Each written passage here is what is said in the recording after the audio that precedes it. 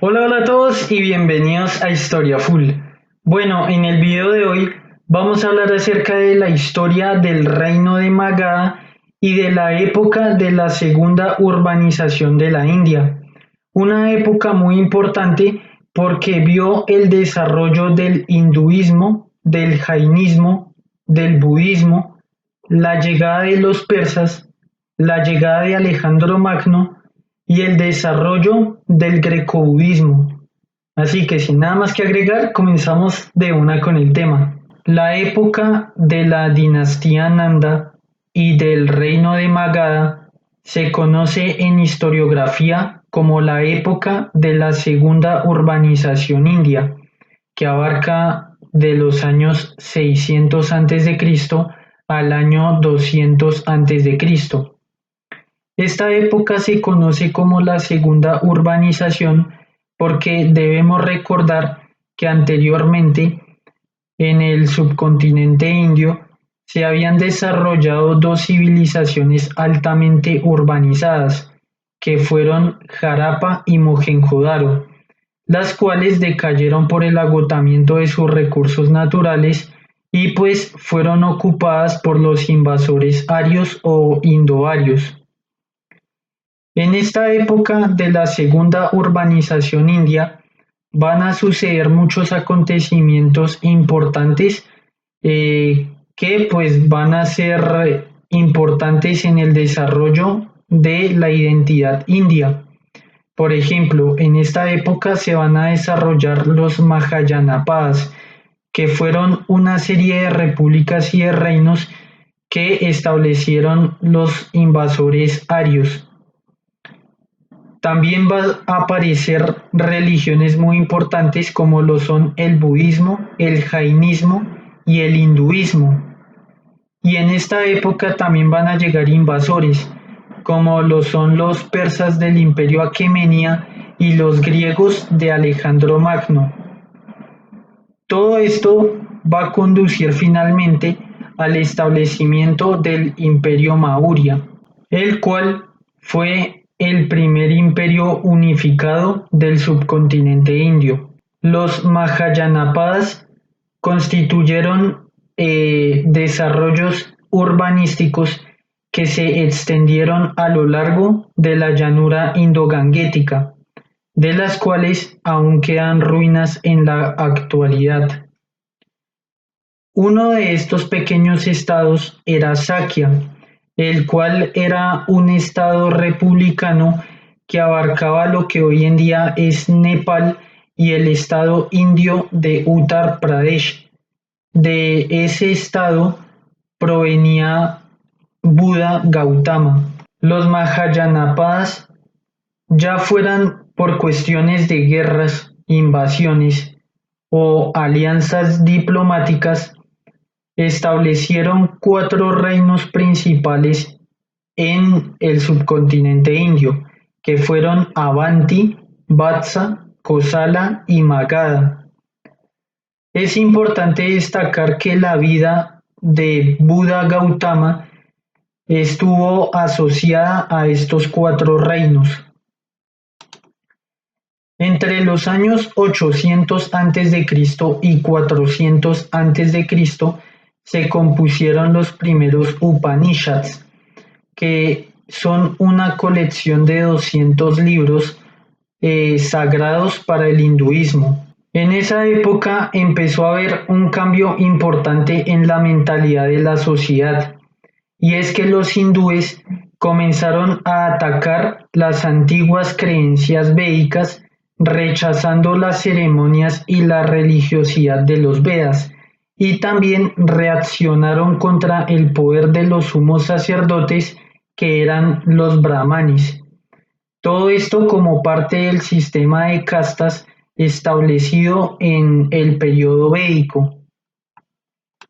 Los documentos sagrados de los Upanishads probablemente se basan en las experiencias místicas de personas que, cansadas de la religión oficial, empezaron a vivir como ascetas o ermitaños, de manera que empezaron a pensar por su propia cuenta y empezaron a difundir sus ideas basadas en lo que habían reflexionado por sí mismos. Los autores de los Upanishads se reunían a escuchar las palabras de algún gurú, es decir, de un maestro espiritual, con el cual pues dialogaban acerca de las divinidades.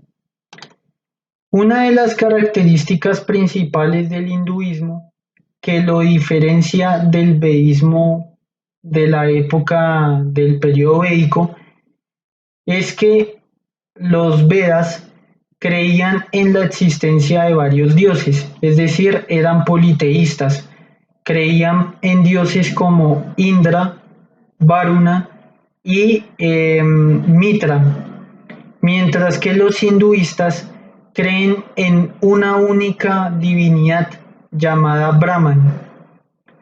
En los Upanishads se habla acerca de Brahman como alma universal, tiene que ver con la meditación, la escatología, que es el estudio de lo que sucede después de la muerte, tiene que ver con la salvación y la transmigración de las almas, que es la creencia de que las almas van pasando por diferentes estados, es decir, pueden pasar por minerales, animales, o también pues pueden pasar a la naturaleza sin necesidad de regresar a un estado anterior por el que ya se pasó. A Brahma también se le identifica como el creador del universo, pero tiene un carácter conservador que sería Vishnu y un carácter destructor que sería Shiva. Pero los tres son una sola divinidad. Mientras esto sucedía con los hindúes, la creciente urbanización de la India, que sucede entre los siglos VII a.C. y VI a.C., promovió la aparición de diferentes movimientos de ascetas, los cuales desafiaron la ortodoxia de los rituales védicos. Es así como aparecen las figuras de Mahavira, que es el fundador del jainismo, y también aparece Buda Gautama, fundador del budismo. Estos dos personajes son las figuras más reconocidas de este movimiento ascético en esta época de la segunda urbanización india. El jainismo es una religión que se originó en la India en el siglo VI a.C. y fue fundada por un personaje llamado Mahavira o Mahavira. En esta imagen podemos ver una representación de él. Esta religión nos habla de un camino hacia la salvación y la liberación por medio de ideas filosóficas y no centradas en el culto a un dios. Esta religión o el objetivo del jainismo es conducir el alma hacia un estado de divinidad y de liberación conocido como moksha, similar al nirvana en el que creen los budistas. Esta religión tiene aspectos filosóficos en el sentido de que los jainistas tratan extensamente temas que son de cosmología, metafísica, ontología, epistemología y de divinidad. Otras características de esta religión tienen que ver con el transteísmo, que es la creencia de que el mundo es eterno y por lo tanto no tiene un principio.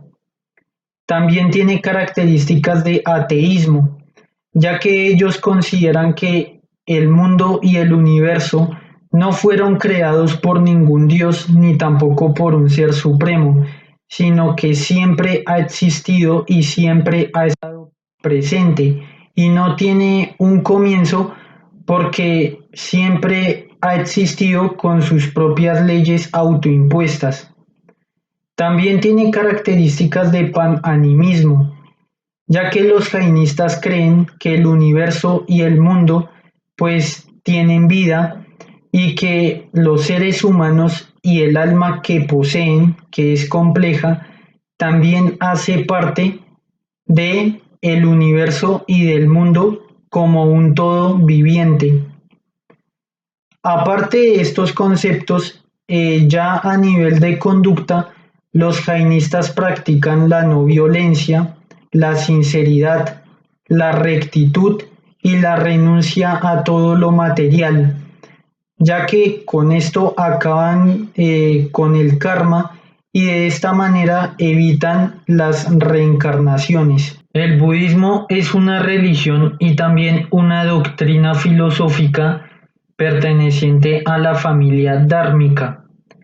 El dharma es básicamente el orden de las cosas y a la vez, pues todos tenemos un dharma que cumplir o una tarea que cumplir para así mantener el orden de las cosas.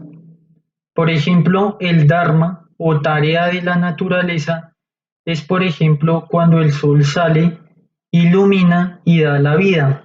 De esta manera mantiene el orden de las cosas. El dharma en el ser humano es conocerse a sí mismo y realizar las obras que lo realicen interiormente. El budismo es una religión que se originó en la India entre los siglos VI a.C. y IV a.C. y desde la India se expandió al continente asiático, pero comenzó a decaer durante la Edad Media. El budismo como religión sigue una serie de tradiciones variadas, también sigue una serie de creencias religiosas y de prácticas espirituales atribuidas a Buda Gautama. Por lo tanto, a él se le considera como el fundador del budismo. El objetivo del budismo es alcanzar la iluminación y para ello tiene que acabar con lo que es el sufrimiento terrenal, que se conoce como dukkha, y también acabar con lo que es el ciclo de reencarnaciones y de muerte representado en lo que es el samsara. Para acabar con todo esto y llegar a la iluminación, pues se puede hacer por medio de llegar al nirvana, que el nirvana ya es la fusión del individuo con la esencia divina y la ausencia de deseos, ya que el deseo es el que causa muchas veces el sufrimiento. Y por otro lado se puede llegar a la iluminación por el camino de la budeidad, es decir, siguiendo lo que son las tradiciones, las creencias religiosas y sobre todo las prácticas espirituales que enseñó Buda Gautama. Es importante destacar que el budismo no es centralizado, sino que existen diferentes escuelas budistas, las cuales varían en su interpretación de el camino para poder adquirir la liberación o la iluminación. Entre otras diferencias también se incluye el objetivo o la importancia de adquirir esta iluminación. Otra diferencia se encuentra en la canonicidad de los diferentes documentos budistas y también otra diferencia se encuentra en la interpretación de las enseñanzas que se encuentran en estos documentos. A pesar de las diferencias que puedan tener estas escuelas budistas, lo que se puede observar a nivel general de esta religión es que los budistas se refugian en el Buda, es decir, siguen lo que son las enseñanzas espirituales de Buda Gautama. Cumplen con el Dharma, es decir, con la tarea que garantiza el orden original de las cosas, y también viven en armonía en la Sangha, que son las comunidades budistas. Aparte de esto, ellos también practican lo que es la observación de los preceptos de la moral. También se dedican a la meditación, al monasticismo y también pues se dedican al cultivo de las paramitas, es decir, a la perfección de las virtudes. Aparte del tema religioso y más en un campo político, el reino más importante de la India durante esta época fue el reino de Magadha, el cual existió entre los años 1200 a.C. y el año 322 a.C. Este reino fue muy importante en lo que tiene que ver con el desarrollo del jainismo y del budismo, siendo muy mencionado en las fuentes de ambas religiones. Aparte de esto, el reino de Magadha fue también el punto de partida para el desarrollo de los grandes imperios que tuvo la India, que fue el Imperio Maurya y el Imperio Gupta. El reino de Magadha controló la mayor parte del norte de la India y fue uno de los estados más avanzados del mundo antiguo, porque el reino de Magadha no era una monarquía absolutista ni tampoco centralizada. De hecho, este reino estaba compuesto por una serie de comunidades republicanas, como por ejemplo la comunidad de Rajakamura. Cada pueblo y cada comunidad tenía su propia asamblea, la cual estaba bajo el control de jefes llamados gramakas. De ahí descendía lo que es la administración del pueblo, que incluía lo que es una rama ejecutiva, una rama judicial y una rama militar, lo cual pues explica el nivel de desarrollo urbanístico, social y religioso que tuvo este reino durante el mundo antiguo.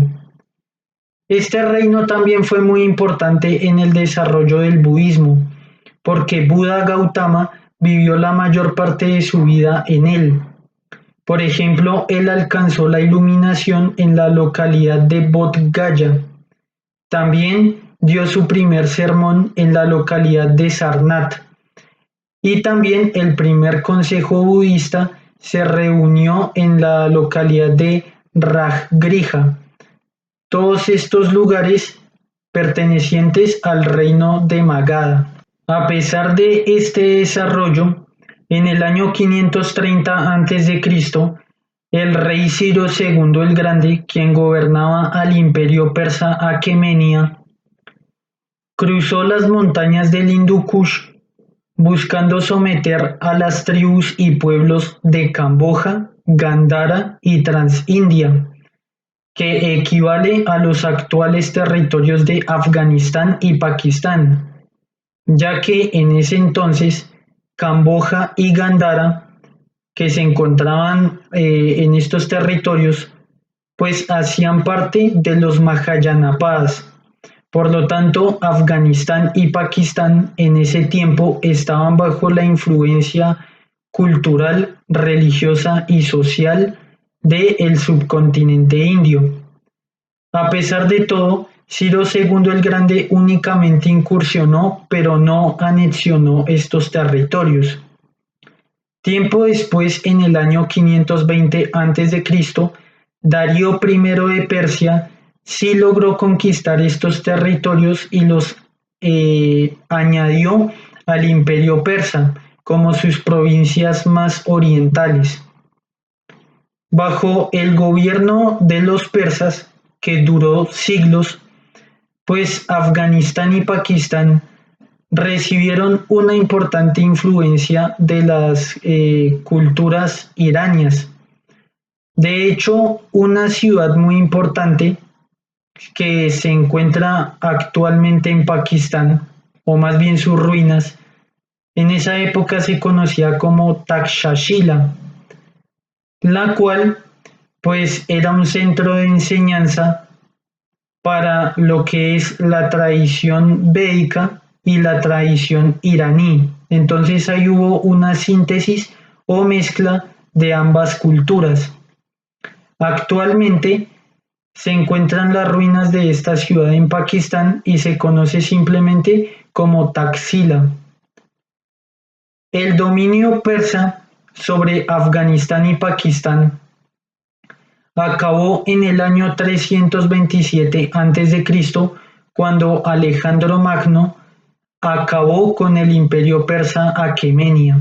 En el año 326 a.C., Alejandro Magno había establecido un gran imperio porque había conquistado Asia Menor, Egipto y también había conquistado al imperio persa. De manera que el imperio de Alejandro Magno se extendía desde Macedonia al norte hasta Egipto por el sur y se extendía hacia el este hasta las fronteras noroccidentales del subcontinente indio. En este lugar fue cuando sucedió la batalla de Hidaspes, en la cual pues las fuerzas de Alejandro Magno vencieron al rey Poros, que gobernaba un dominio sobre el actual Pakistán. De esta manera Alejandro Magno había conquistado la región del Punjab. En este punto, las fuerzas de Alejandro Magno estaban en las fronteras del reino de Magadha, que a su vez estaba siendo gobernado por la dinastía Nanda, la cual, aparte de lo que es el reino de Magadha como territorio histórico, que podemos ver en este mapa señalado en amarillo, la dinastía Nanda también gobernaba extensas regiones de lo que es el norte de la India y la llanura indoganguética. Cabe destacar que esta dinastía gobernó entre los años 345 a.C. y 321 a.C. En este punto, Alejandro Magno estaba a punto de sostener un enfrentamiento con el reino de Magadha. Sin embargo, la batalla de Hidaspes había sido muy fuerte para sus soldados, ya que los soldados del rey Poros habían puesto una resistencia bastante formidable. Y ante la perspectiva de que esto iba a suceder si incursionaban en este reino, pues sus soldados se amotinaron en el río Beas y se negaron a continuar más hacia el este. Entonces Alejandro Magno decidió dialogar con sus oficiales y pues se dio cuenta que el reino de Magadha era bastante poderoso y su ejército ya estaba bastante exhausto como para iniciar una campaña a gran escala. Por lo tanto, decidió regresar. En este punto sucede que el territorio de lo que hoy en día es Afganistán y Pakistán se convirtió en una zona donde se mezcló la cultura india, la cultura de Asia Central, la cultura persa y la cultura griega. Toda esta mezcla influyó en lo que posteriormente se denominó como el greco-budismo, que se extendió hasta el siglo V después de Cristo, ya que todas estas influencias culturales pues tuvieron un impacto muy duradero en las civilizaciones de Asia Central y en las civilizaciones del subcontinente indio. De hecho, la época del greco-budismo también trajo lo que fue el arte griego a lo que fueron las representaciones artísticas budistas, y por lo tanto muchas representaciones budistas pues tienen esta influencia occidental gracias a estas mezclas culturales que sucedieron en la época de las invasiones persas y de Alejandro Magno. Bueno, hasta acá llega el video. Si les gustó pueden dejar su like, si no les gustó pueden dejar su dislike o también pueden dejar su comentario. Nos vemos hasta el siguiente video y muchísimas gracias por su atención.